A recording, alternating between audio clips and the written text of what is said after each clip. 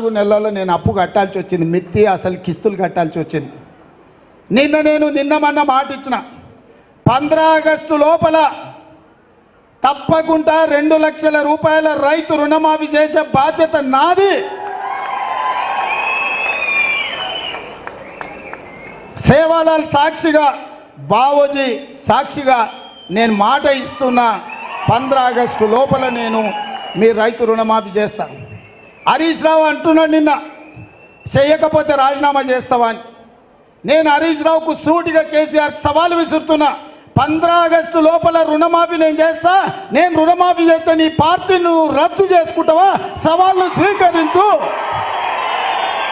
15 August లోపల 2 లక్షల రుణమాఫీ చేసి చూపిస్తా.